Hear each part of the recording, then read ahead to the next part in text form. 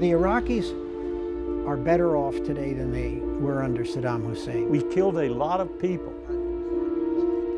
C'est un désastre géopolitique majeur. We should never have allowed that caliphate to get established. Do I regret it? Yes, I do, sir.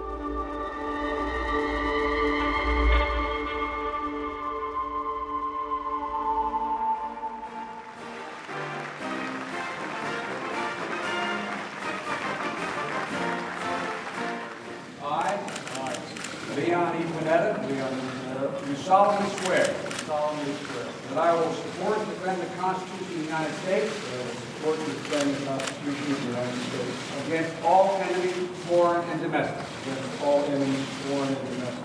When I became director of the CIA, the president brought me to the Oval Office and said that one of my most important priorities was to go after bin Laden. And as a result, I pulled together a task force at the CIA to do nothing else but to go after bin Laden. I said, that is your principal mission. And you are to report to me every week as to what is happening. The efforts of the CIA had finally paid off. They'd located Osama bin Laden's messenger. The man was making suspicious trips to and from a villa, which had been transformed into a fortress. The stronghold stood close to a military base in Abbottabad in Pakistan, and the courier was regularly traveling 150 kilometers to make telephone calls. We were observing the compound, and there was this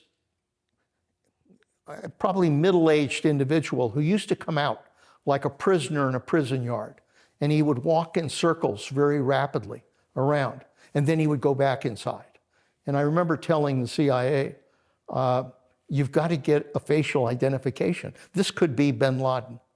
And they said, you know, Mr. Director, there are walls there, 18-foot walls, 12-foot walls. We really can't get a good shot. I said to all of them, I said, you know, I've seen movies where the CIA can do this.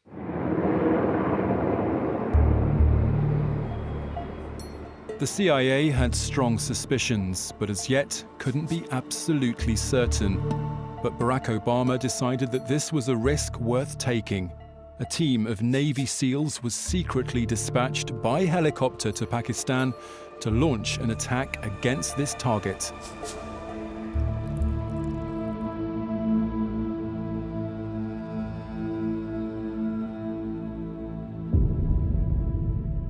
Tonight, I can report to the American people and to the world that the United States has conducted an operation that killed Osama bin Laden, the leader of Al-Qaïda.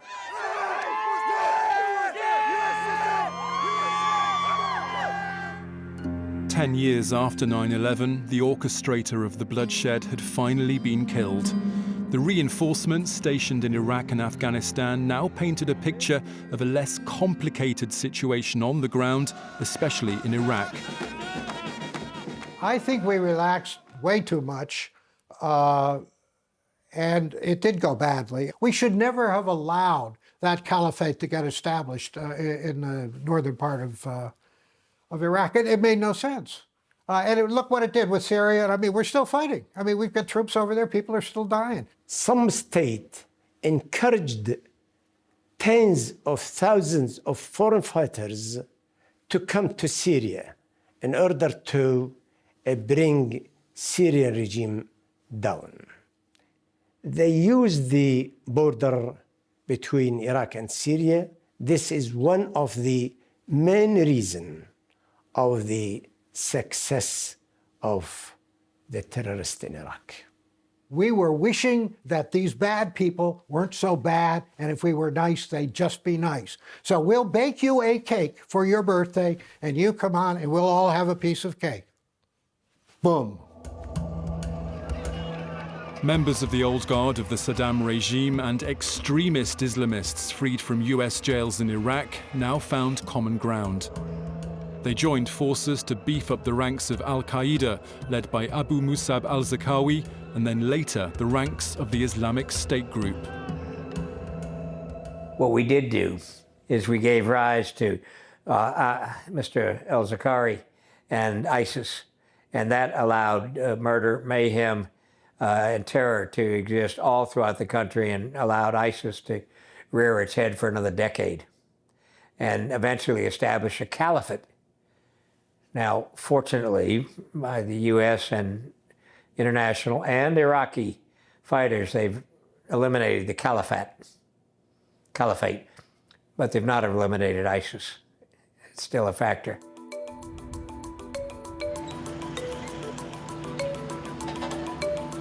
Today, terrorist groups still pose a threat. There is still political confusion in Iraq, foreign players are still active, and stability remains elusive. L'Irak était un pays qui fonctionnait. Il y avait à la tête un dictateur terrible, beaucoup de corruption. Mais la corruption qu'il y avait sous Saddam, c'était des enfantillages comparé à la corruption qui existe aujourd'hui.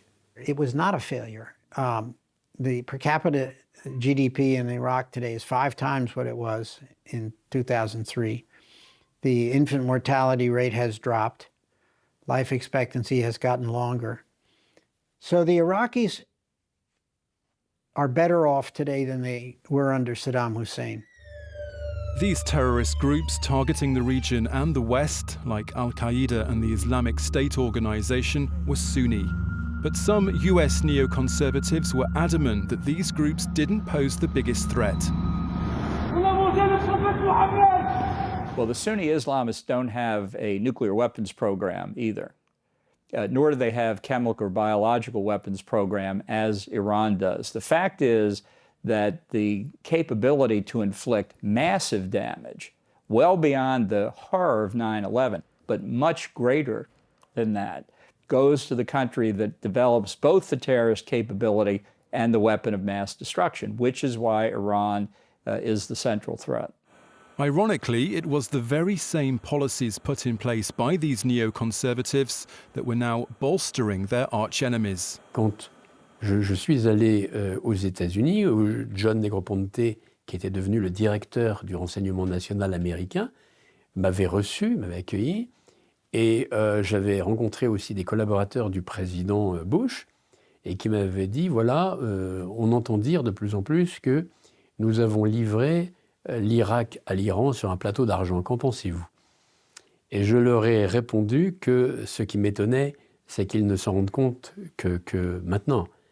Les Américains avaient la force, avaient la capacité, avaient l'argent pour stabiliser le pays et pour le stabiliser autour d'un pouvoir chiite, proche de l'Iran. Ils faisaient, au fond, le boulot rêvé des Iraniens. C'est un désastre géopolitique majeur.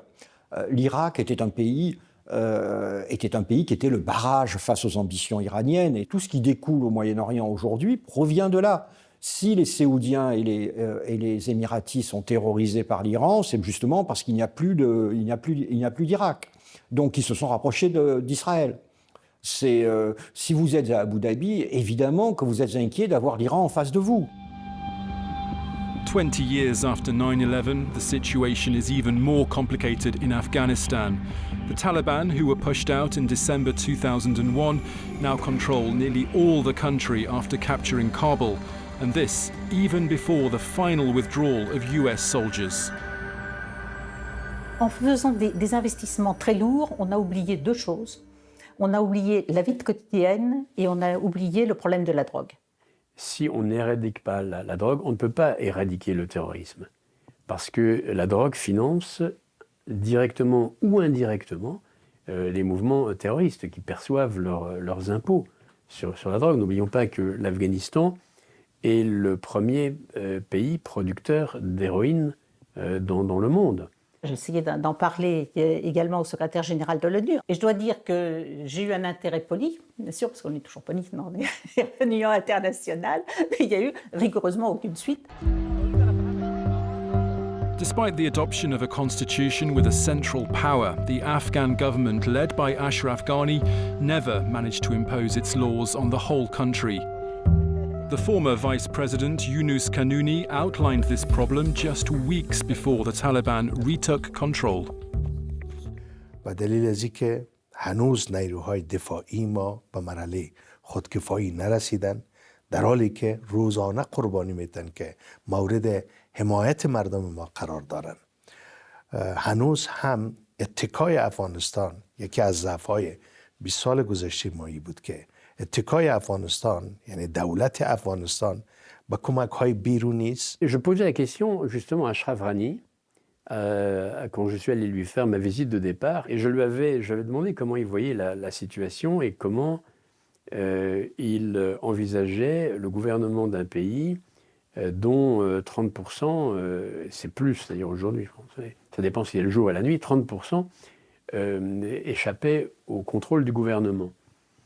Et il m'a fait cette réponse pleine de sagesse que si je regardais l'histoire de l'Afghanistan depuis 400 ou 500 ans, eh bien je verrais que aucun gouvernement afghan n'a jamais contrôlé la totalité du pays. Et pourtant, me dit-il, l'Afghanistan existe toujours et existera toujours. President Biden's decision to plow ahead and pull out US forces dashed the last smattering of hopes that the West and local civil society groups still had. 2 decades after 9/11, Afghanistan has slid back to square one. We still have to play a role in making sure that neither Iraq or Afghanistan again becomes a base of operations for terrorism. Unfortunately, when we left Iraq and the Shias took control, they eliminated the Sunnis from operations in the government, from the military, and the Sunnis soon joined with ISIS and created the force that came back into Iraq. And the United States had to go back into Iraq to make sure that ISIS would not control Iraq. We have to make sure we don't make the same mistake in Afghanistan. The Bush administration pushed the US into 20 years of war. At the very least, hundreds of thousands of lives have been lost, billions of dollars have been spent.